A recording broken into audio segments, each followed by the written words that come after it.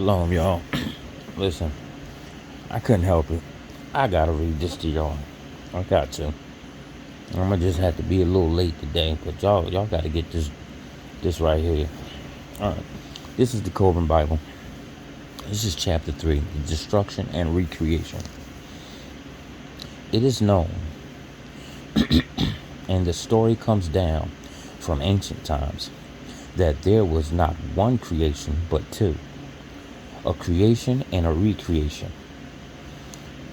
It is a fact known to the wise that the earth was utterly destroyed, once then and reborn on a second wheel of creation. At the time of the great destruction of earth, God caused a dragon from out of heaven to come and encompass her about. The dragon was frightful to behold. It lashed its tail, it breathed out fire and hot coals, and the great catastrophe was inflicted upon mankind. The body of the dragon was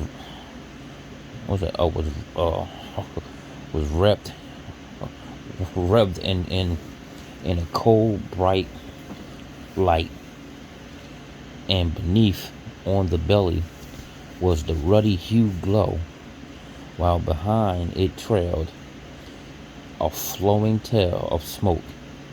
It spewed out cinders and hot stones, and its breath was foul and stenchful, poisoning the nostrils of men. Its passage caused the great thundering and lightning to rend the thick, darkened sky.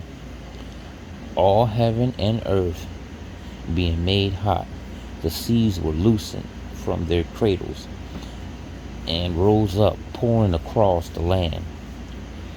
There was an awful shrilling, trumpeting, which outpowered even the hollowing of the. So there was a loud trumpet. The unleashed wind. So the trumpets were louder than the wind. Yeah, y'all hear? You know they've been hearing them trumpets. See? Listen again. Stop listening to these people tell y'all don't read these other books. Look what this book just told you about trumpets that they're hearing. Yeah. Okay. Men stricken with terror went mad at the awful sight in the heavens. They were loosed from their senses and dashed about crazed, not knowing what they did. The breath was sucked from their bodies, and they were burnt with a strange ash. Then it passed, leaving earth unwrapped within a dark and glowing mantle, which was ruddily lit up inside. The bowels of the earth were torn open in great wrathing upheavals, and howling whirlwinds rent the mountains apart. The wrath of the sky monster was loosened in the heavens. It lashed about in flaming fury, roaring like 1,000 thunders. It poured down fiery destruction amid a welter of thick black blood. So awesome was the fearfully aspected thing that the memory mercifully departed from men. His thoughts were smothered under a cloud of forgetfulness. The earth vomited forth great gusts of foul breath from awful mouths opening up in the midst of the land. The evil breath bit at the throat before it drove men mad and killed them. Those who did not die in this manner were smothered under a cloud of red dust and ash, or were swallowed by the yawning mouth of earth and crushing beneath crashing rocks. The first sky monster was joined by another, which swallowed the tail of the other. Wait a minute, the tail of the one going before. But the two could not be seen at once. The two could not be seen at once. The sky monster reigned and raged above the earth, doing battle to possess it. But the many-bladed swords of God cut them in pieces, and their falling bodies enlarged the land and the sea. Damn. Yo, wait a minute. I read something about these two giant dragons fighting. Ain't that something? This is the manner the first earth was destroyed by calamity descending from out of the sky. The vaults of heaven were opened to bring forth monsters more fearsome than any that ever haunted the uneasy dreams of men. Men and their dwelling places were gone. Only sky boulders and red earth remained, where once they were but amidst all the desolation. A few survive, for man is not easily destroyed. They crept out from the caves and came down from the mountainsides. Their eyes were wide and their limbs trembled. Their bodies shook and their tongues lacked control. Their faces were twisted and the skin hung loose on their bones. They were as maddened wild beasts driven into an enclosure before flames. They knew no law, being deprived of all the wisdom they once had. The earth, only true altar of God, had offered up a sacrifice of life and sorrow to atone for the sins of mankind. Man had not sinned indeed, but in the things he had failed to do. Man suffers not only for what he does, but for what he fails to do. He is not chastised for making mistakes, but for failing to recognize and rectifying them.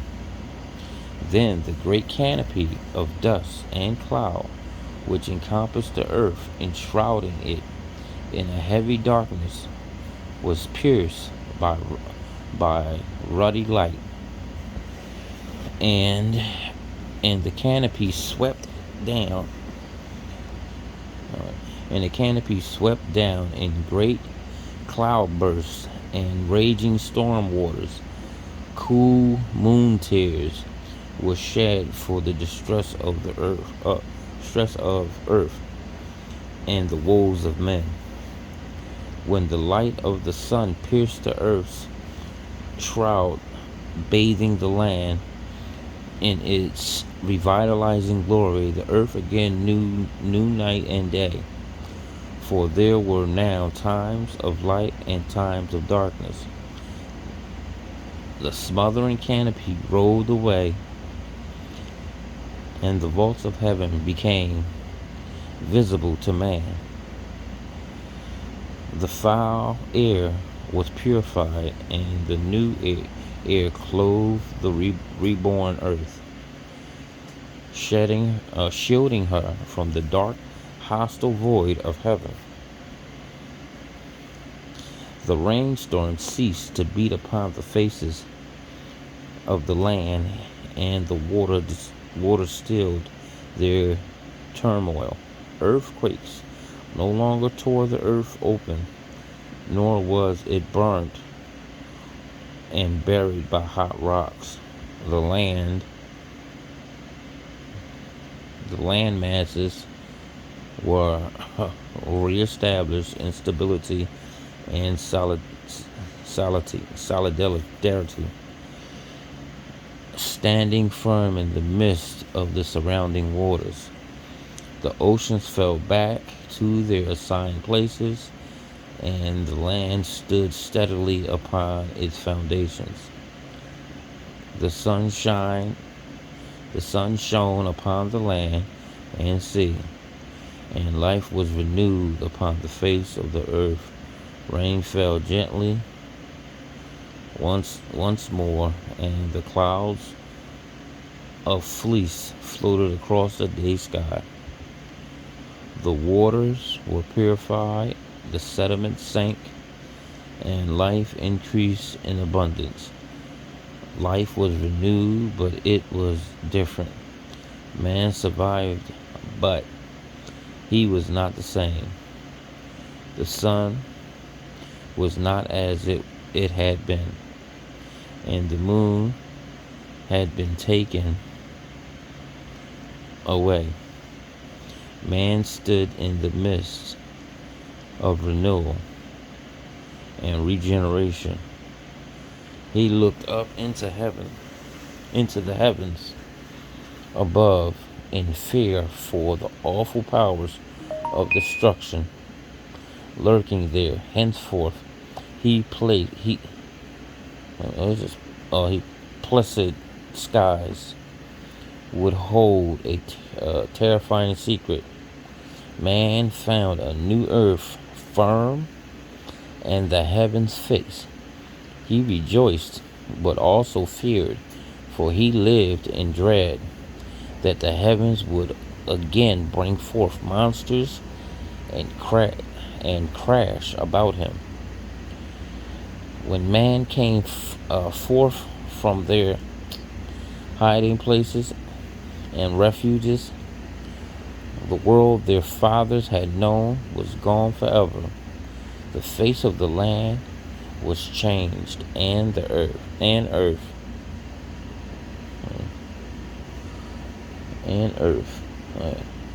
Hold on, y'all. Face of the earth was changed, and earth was littered with rocks and stones, which had fallen from the structure of heaven. You heard that, right? I'm gonna read that one again. The face of the land was changed, and earth was littered with rocks and stones, which had fallen when the structure of heaven collapsed. He's talking about the firmament, the pillars. I guess, I don't know. Trying to figure it out. One generation groped in the desolation and gloom, and as a thick darkness was dispelled, its children believed they were witnessing a new creation. Time passed, memory dimmed, and the record of events was no longer clear. Generation followed generation, and as ages unfolded, new tongues and new tales replaced old. That's the end of that one, y'all. That was something else, right? Yeah, it was. Alright, hold on. Let me see if I can find this thing in my old Bible here. Hold on, guys. Let me get to digging. Oh, here, let me show y'all this. This is the old boy. Let me show y'all. Hold on.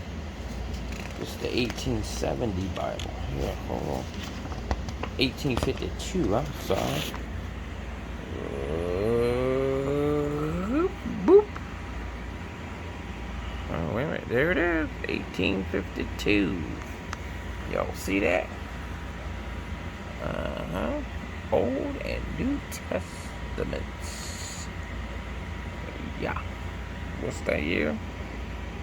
1852. And it also has a seal. Alright. Let me go to my first one and I'll lift the phone back up real quick.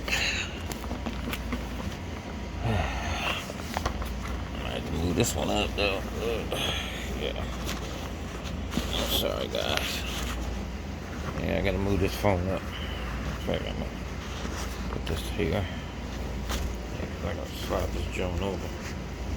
This joint. I ain't even got a I don't even have a what you call it.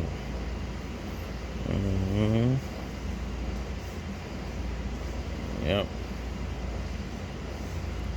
Oh, I'm trying to remember this one. Where was it?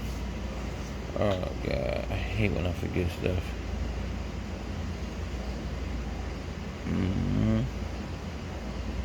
Hold on, y'all. Hold on. Matter of fact, I'm gonna just pause and tell y'all the time don't run. Hold on. All right, y'all. I'm trying to turn the light on, but okay. I'm gonna just read it. All right. Damn, I gotta get out my own light. All right, here we go. Try to put it like, no, I can't see it. All right. It says, "Blow ye the trumpet in Zion, and sound the alarm in my holy mountain. Let all the inhabitants of the land tremble, for the day of Heya cometh. For it is nigh at hand, a day of darkness and of gloominess, a day of clouds and of thick darkness, as the morning spreads upon the mountains. A great people and a strong, there have not been ever